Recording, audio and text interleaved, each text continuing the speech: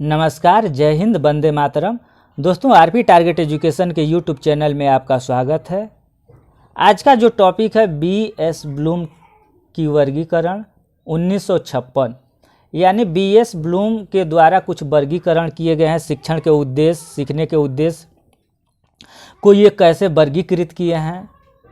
इस लेसन में BS. Bloom का बहुत महत्वपूर्ण योगदान है, क्योंकि इनके माध्यम से इस सिलेबस जो ये टॉपिक है, इसके माध्यम से 3 से 4 नंबर सी.टेट में कन्फर्म है आते हैं। तो हम चाहेंगे कि ये जो आज का वीडियो है, इसको बिना स्किप किए हुए इस वीडियो को 1 से 2 बार देखिएगा, क्योंकि ये सी.टेट के लिए आपको बहुत रामबाण साबित होगा। तो आइए हम लोग सबसे पहले बी.एस. ब्लूम के बारे में समझते हैं। ठीक है, बेंजामिन ब्लूम एक अमेरिकी वैज्ञानिक थे। ठीक है, पहला पॉइंट, चूंकि ये आप लोग लिख लीजिएगा या याद कर लीजिएगा, क्योंकि ये समझने वाली बात नहीं है, ये याद करने वाली बात है। तो आइए, बेंजामिन ब्लूम, इनका पूरा नाम था बेंजामिन ब्लूम। ये एक अमेरिकी मनोवैज्ञानिक थे। इनका समय 1913 से 1999 तक रहा। 1956 में प्रकाशित अपनी पुस्तक टैक्सोनॉमी ऑफ एजुकेशनल ऑब्जेक्टिव्स में इस वर्गीकरण को दर्शाया। ठीक है, जो ब्लूम टैक्सोनॉमी के नाम से प्रचलित हुई। ठीक है, ब्लूम टैक्सोनॉमी के नाम से प्रचलित हुई। ठीक है, इनका बुक कौन था? तो टैक्सोनॉमी ऑफ एजुकेशनल ऑब्जेक्टिव्स। ठीक है, तो आइए नीचे देख लेते हैं तीसरा पॉइंट पर क्या है। वर्तमान की शिक्षा ब्लूम के वर्गीकरण पर आधारित है। जो इस समय की शिक्षा चल रही है, वर्तमान में जिस शिक्षा पर हम लोग काम कर रहे हैं, जो हम शिक्षा ले रहे हैं, वो ब्लूम महोदय के वर्गीकरण के आधार पर चल रहा है। तो आप समझ सकते हैं कि ब्लूम का कितना महत्वपूर्ण योगदान है शिक्षा में। तो ये टॉपिक इसीलिए महत्वपूर्ण हो जाता है कि ब्लूम का जो वर्गीकरण था, उसको अब तक मान्यता है। उसी आधार पर, उसी वर्गीकरण पर अभी हम लोगों का जो शिक्षा व्यवस्था है वो चल रहा है। तो आइए आगे देखिए।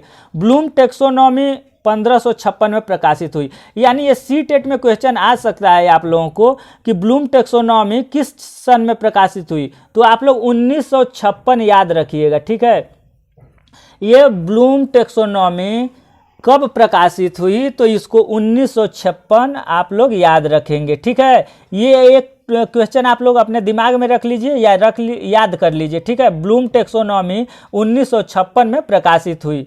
ठीक है, अब आइए नेक्स्ट देख लेते हैं।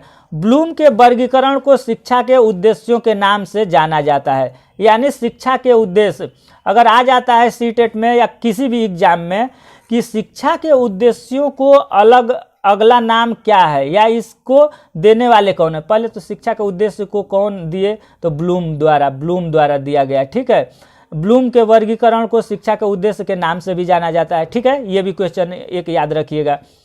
शिक्षण प्रक्रिया का निर्माण इस तरीके से किया जाता है कि इस उद्देश्यों की प्राप्ति की जा सके। ठीक है, जो शिक्षण का प्रक्रिया है उसका इस तरीके से निर्माण किया जा सकता है कि उद्देश्यों की प्राप्ति की जा सके। आइए, अनेक मनोवैज्ञानिकों ने ब्लूम के वर्गीकरण के आधार पर ही अपने परीक्षणों में सफल हुए। इस आधार पर यह माना जाता है कि ब्लूम का यह सिद्धांत काफी हद तक सही है। यानी बहुत सारे वैज्ञानिक जो ब्लूम महोदय ने शिक्षा के उद्देश्य को, वर्गीकरण को, प्रक्रिया को लागू किया, उस पर निम्नलिखित बहुत सारे मनोवैज्ञानिक जो थे उस वर्गीकरण के आधार पर ही अपने परीक्षणों को किए और उसमें सफल भी हुए। उस परीक्षण के आधार पर ही दूसरे मनोवैज्ञानिक भी किए, तो क्या हो गए? सफल हो गए। इसीलिए इस ब्लूम का यह सिद्धांत काफ़ी हद तक सही है। ठीक है, आगे देखिए। शिक्षा के उद्देश्य की प्राप्ति का अर्थ है बच्चों के व्यवहार में वांछनीय परिवर्तन लाना। ठीक है, यानी जो शिक्षा का उद्देश्य ब्लूम महोदय ने दिए हैं, जो शिक्षा का उद्देश्य आगे हम लोग देखेंगे, उसका मेन लक्ष्य क्या है? बच्चों के व्यवहार में वांछनीय परिवर्तन लाना। ठीक है, शिक्षा के उद्देश्य जो ब्लूम महोदय ने दिए हैं उसका क्या उद्देश्य है? तो व्यवहार में, बच्चों के व्यवहार में वांछनीय परिवर्तन लाना।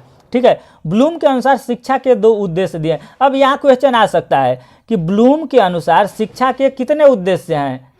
ठीक है, ब्लूम के अनुसार शिक्षा के कितने उद्देश्य दिए हैं, यानी ब्लूम महोदय ने शिक्षा के कितने उद्देश्य दिए हैं, तो शिक्षा के 2 उद्देश्य दिए हैं, ठीक है, अनुदेशात्मक उद्देश्य और सामान्य उद्देश्य, ठीक है। आइए, अनुदेशात्मक उद्देश्य क्या है? इसकी प्रकृति मनोवैज्ञानिक होती है और बच्चे के हिसाब से प्राप्त होती है, ठीक है। ये मनोवैज्ञानिक होता है, क्या बच्चे अपने अनुसार, अपनी योग्यता के अनुसार, अपने अनुसार सीखते हैं, ठीक है। तो ये एक प्राकृतिक मनोवैज्ञानिक होती है, अब बच्चों के हिसाब से ये चलती है, ठीक है। अनुदेशात्मक उद्देश्य। सामान्य उद्देश्य क्या होता है? यह उद्देश्य प्रतिदिन प्राप्त नहीं होती है, बल्कि यह पहली कक्षा से लेकर विश्वविद्यालय तक रहने से प्राप्त होती है, ठीक है। सामान्य उद्देश्य में क्या है? बच्चा 0 लेवल से लेकर के विश्वविद्यालय तक पहुंचता है। आगे देखिए, ये कुछ क्वेश्चन है, ठीक है। ये देखिए, C TET, UP TET, super TET आपको देखने के लिए मिल सकता है। लर्निंग डोमेन यानी सीखने के क्षेत्र के सिद्धांत किसने दिए? अगर पेपर में आ जाता है कि लर्निंग डोमेन, डोमेन शब्द आ गया लर्निंग डोमेन, तो ये समझ लीजिए कि बीएस ब्लूम, ठीक है। तो यहाँ पर क्या है? लर्निंग डोमेन, सीखने के क्षेत्र के सिद्धांत किसने दिया? तो बीएस ब्लूम ने 1556 में दिया, ठीक है। नेक्स्ट क्वेश्चन आ सकता है, बीएस ब्लूम ने सीखने के 3 प्रकार दिए जो निम्न है, ठीक है। बीएस ब्लूम ने सीखने के 3 प्रकार दिए हैं, ठीक है। ब्लूम के सीखने के प्रकार का वर्गीकरण 3 रूपों में दिए हैं, तो कौन कौन दिए हैं इसको देख लीजिए। ब्लूम का वर्गीकरण, संज्ञानात्मक उद्देश्य, भावात्मक उद्देश्य और मनोगात्मक उद्देश्य, ठीक है, मनोगामक उद्देश्य। तो ब्लूम का वर्गीकरण 3 रूपों में हो जाता है, तो इन तीनों को याद रखिएगा आप, संज्ञानात्मक उद्देश्य, भावात्मक उद्देश्य और मनोगात्मक उद्देश्य। जैसे मान लीजिए कि पेपर में दे देगा कि सीखने के उद्देश्य, ठीक है, सीखने के उद्देश्य को ब्लूम ने 3 रूपों में दिया है, या चौथा किस रूप में नहीं दिया है, तो संज्ञानात्मक उद्देश्य दे देगा, भावात्मक उद्देश्य दे देगा, मनोगात्मक उद्देश्य दे देगा। और तीसरा उद्देश्य जो भी रहेगा, अगर आप जानते रहेंगे, इन तीनों को जानते रहेंगे, तो चौथा अपने आप समझ लेंगे कि ये नहीं दिए हैं, तो इसको आप लोग लिख दे सकते हैं कि ये नहीं दिए हैं, ठीक है। तो इसको आप लोग ब्लूम का वर्गीकरण तीनों को याद रखिएगा, संज्ञानात्मक उद्देश्य, भावात्मक उद्देश्य, मनोगात्मक उद्देश्य। संज्ञानात्मक उद्देश्य का मतलब क्या हुआ? संज्ञानात्मक, ये मनोविकास से, जैसे संज्ञानात्मक ये मानसिक से संबंधित है, संज्ञानात्मक का मतलब क्या हो गया? मानसिक से संबंधित हो गया। भावात्मक का मतलब क्या हो गया? भाव से संबंधित हो गया। मनोगात्मक का मतलब क्या हो गया? कि ये शारीरिक हो गया, ठीक है, शारीरिक उद्देश्य। तो संज्ञानात्मक उद्देश्य सबसे पहले हम लोग देखेंगे, ब्लूम का जो वर्गीकरण है उसके अनुसार संज्ञानात्मक उद्देश्य को आज इस वीडियो में हम लोग समझेंगे। नेक्स्ट वीडियो, इसके बाद वाला वीडियो जो बनेगा उसमें हम भावात्मक उद्देश्य और मनोगात्मक उद्देश्य को देखेंगे, ठीक है। तो इस वीडियो में हम लोग केवल संज्ञानात्मक उद्देश्य पर चर्चा करेंगे, क्योंकि ये संज्ञानात्मक उद्देश्य है, ये बहुत महत्वपूर्ण है, मोस्ट इम्पोर्टेंट है। तो सबसे पहले तो ये देख लीजिए, यहाँ पर 2 क्वेश्चन जैसे दिया गया है, ब्लूम ने कितने उद्देश्य का उद्देश्य या संकल्पनाएं दी हैं, ठीक है। ब्लूम ने कितने उद्देश्य, शिक्षण के उद्देश्य या संकल्पनाएं दी हैं? तो ये 3, कौन कौन? संज्ञानात्मक उद्देश्य, भावात्मक उद्देश्य और मनोगात्मक उद्देश्य। फिर से क्वेश्चन पूछ सकता है कि ब्लूम ने कौन सी संकल्पना या उद्देश्य नहीं दी है, ठीक है। अगर इसमें से पूछ दे रहा है कि ब्लूम ने कौन सी संकल्पना नहीं दी है, तो जब आपको ये तीनों याद रहेगा तो चौथा अपने आप बता दीजिएगा कि ये नहीं दी है। ब्लूम ने संज्ञानात्मक उद्देश्य कॉग्निटिव डोमेन्स के कितने पक्ष दिए हैं? तो ये संज्ञानात्मक उद्देश्य के कितने पक्ष हैं? आप लोग 1 2 3 4 5 6, तो ये याद रखिएगा। संज्ञानात्मक पक्ष के उद्देश्य ब्लूम ने 6 दिए हैं, ठीक है। कौन कौन दिए हैं? तो ज्ञान, बोध, प्रयोग, विश्लेषण, संश्लेषण और मूल्यांकन, ठीक है। ये 6 याद रखिएगा। तो आइए नेक्स्ट अब हम लोग देखते हैं संज्ञानात्मक उद्देश्य के बारे में, इसको विशेष रूप से, विस्तृत रूप से चर्चा इस पर हम लोग करते हैं। नेक्स्ट पेज देखते हैं। आइए, संज्ञानात्मक के पक्ष, संज्ञानात्मक उद्देश्य के पक्ष। अब इसमें संज्ञानात्मक पक्ष का ये पहला है आपका, ये पहला जिसको हम लोग पढ़ रहे हैं। दूसरा क्या था? भावात्मक उद्देश्य। तीसरा मनोगात्मक उद्देश्य, ठीक है। तो ये संज्ञानात्मक उद्देश्य हम लोग आज पढ़ रहे हैं। नेक्स्ट वीडियो में क्या पढ़ेंगे? भावात्मक उद्देश्य, और उसके नेक्स्ट में वीडियो में पढ़ेंगे हम लोग मनोगात्मक उद्देश्य, ठीक है। तो आइए संज्ञानात्मक उद्देश्य के पक्ष ये 6 रूपों में हम लोग देखते हैं, 6 भागों में ये बांटे हैं। तो पहले सबसे पहले ये एक चीज़ हम बता दे रहे हैं, इस संज्ञानात्मक उद्देश्य को हम लोग एक कहानी के माध्यम से समझने का प्रयास करते हैं। ठीक है, एक कहानी के माध्यम से इसको हम लोग समझने का प्रयास करते हैं। जैसे मान लीजिए कि ज्ञान हुआ, ठीक है, एक कंप्यूटर हम ले लेते हैं। ठीक है, कंप्यूटर में क्या होता है, कैसे होता है, क्या क्या विकास होता है। तो इस संज्ञानात्मक उद्देश्य को कंप्यूटर पर रखते हुए, बैठाते हुए एक छोटी सी कहानी हम बता रहे हैं। ये छोटी सी कहानी के माध्यम से संज्ञानात्मक उद्देश्य के पक्ष आपको बिल्कुल कन्फर्म हो जाएगा। तो आप लोग इस वीडियो को लास्ट तक बिना स्किप किए हुए देखिए और समझने का प्रयास करिए। संज्ञानात्मक उद्देश्य के पक्ष, पहला हो गया ज्ञान। ठीक है, पहला क्या हो गया, ज्ञान। तो ज्ञान का क्या है, ज्ञान का मतलब क्या होता है। जैसे कहीं से हम कुछ भी सीखते हैं या देख लेते हैं तो हमें ज्ञान की प्राप्ति होती है। इस पक्ष में बच्चों को ज्ञान हो जाता है, जैसे विशिष्ट तत्वों का ज्ञान, शब्दावली, असंबंधित तथ्य, संकेत, परंपरा, प्रवृत्ति, कसौटी या विधियां, श्रेणी, नियम आदि का ज्ञान हो जाता है। ठीक है, जैसे ज्ञान, अब कंप्यूटर, बच्चा कंप्यूटर देखता है। ठीक है, बच्चा कंप्यूटर देखता है तो उसको ज्ञान हो जाता है, उसको लोग बता देते हैं कि ये कंप्यूटर है, तो उसको उसके नॉलेज, उसके ध्यान में हो गया कि ये कंप्यूटर है, यानी कंप्यूटर का उसको ज्ञान हो गया, कंप्यूटर के नाम का उसको ज्ञान हो गया। अब क्या आता है दूसरा, अवबोध। सॉरी, अवबोध। अवबोधन का मतलब क्या होता है, अवबोध ज्ञान से उच्च स्तर, यानी ज्ञान तो हमें मिल गया कि ये कंप्यूटर है, हमने देखा, अब जान गए कि ये कंप्यूटर है। उसके बाद क्या होता है, अवबोध। अवबोध ज्ञान से उच्च स्तर का उद्देश्य है। ठीक है, ये जो अवबोध है वो ज्ञान से उच्च स्तर का उद्देश्य है। अवबोध का अर्थ होता है नवीन ज्ञान के प्रति समझ विकसित होना।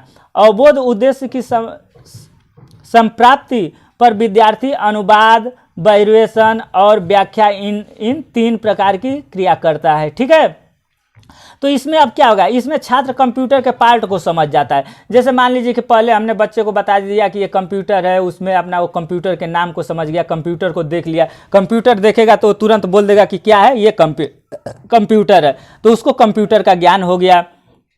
अब अवबोध हो गया, यानी अब उसको हम लोग कंप्यूटर के पार्ट को बताएंगे कि बेटा ये CPU है, ये माउस है, ये मॉनिटर है। तो अब क्या हो गया, उसको अवबोध हो गया, उसको ये जानकारी हो गई कि ये तो कंप्यूटर था।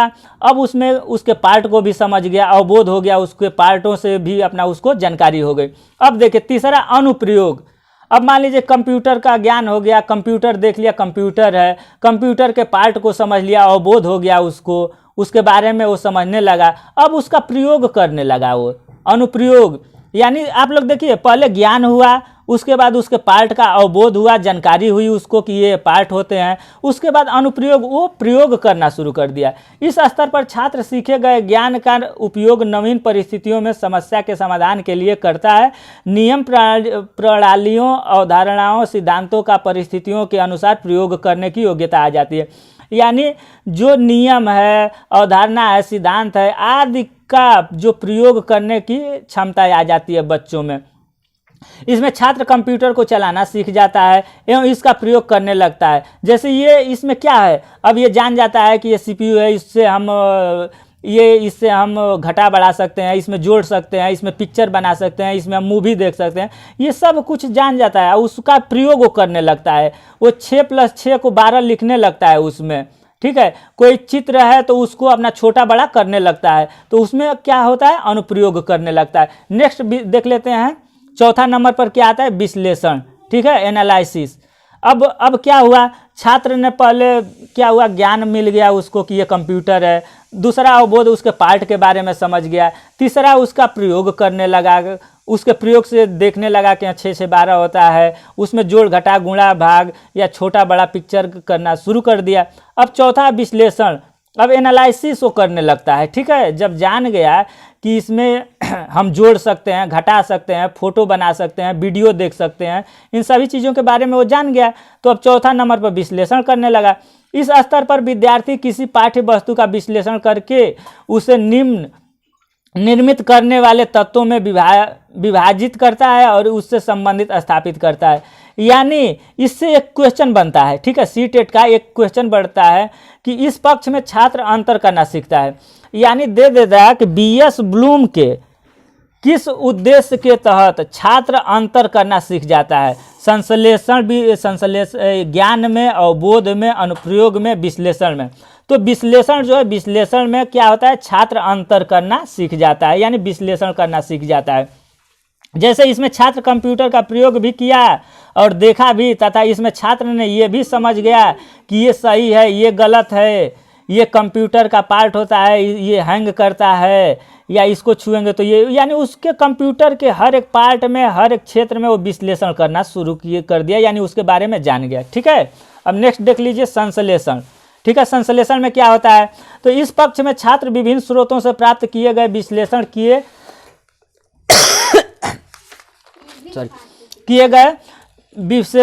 गए तत्वों को एकत्रित करके अपनी सृजनात्मक क्षमताओं का उपयोग करते हुए एक नवीन वस्तु का निर्माण करते हैं। इसमें क्या होता है? अब संश्लेषण में अब बच्चा क्या लाभ है, क्या हानि है, दोनों को एक साथ रख करके उसमें क्या संश्लेषण करना शुरू कर देता है। जैसे क्या कौन सा गुण है, कौन अवगुण है, दोनों को एक साथ में रखकर उसमें देखना एवं नवीन समस्या समाधान हेतु परिकल्पना का निर्माण करता है। ठीक है, उसमें क्या सही है उसको देख करके वो गलत सही का निर्माण करने लगता है। अब लास्ट में मूल्यांकन आता है। ठीक है, लास्ट में मूल्यांकन आता है। तो मूल्यांकन पठन सामग्री की उपयोगिता के परीक्षण करने की क्षमता से संबंधित है। यह ज्ञानात्मक पक्ष का सर्वोच्च स्तर है। ठीक है, यानी जो भी ज्ञानात्मक स्तर था उसका सर्वोच्च स्तर क्या है, यहाँ भी क्वेश्चन एक बन सकता है।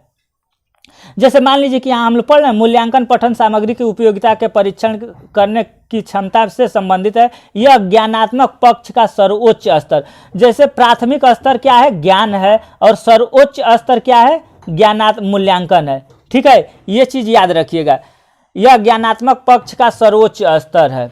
बीएस ब्लूम के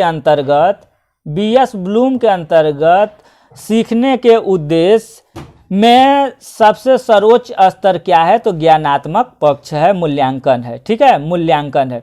ठीक है, तो ये वीडियो यहाँ पर नेक्स्ट वीडियो में हम लोग देखेंगे ब्लूम के दोनों पक्षों का वर्गीकरण, यानी जो ब्लूम का 2 वर्गीकरण और दिए थे, भावात्मक उद्देश्य और मनोगात्मक उद्देश्य, ये दोनों अगले वीडियो में हम लोग देखेंगे। तब तक के लिए धन्यवाद।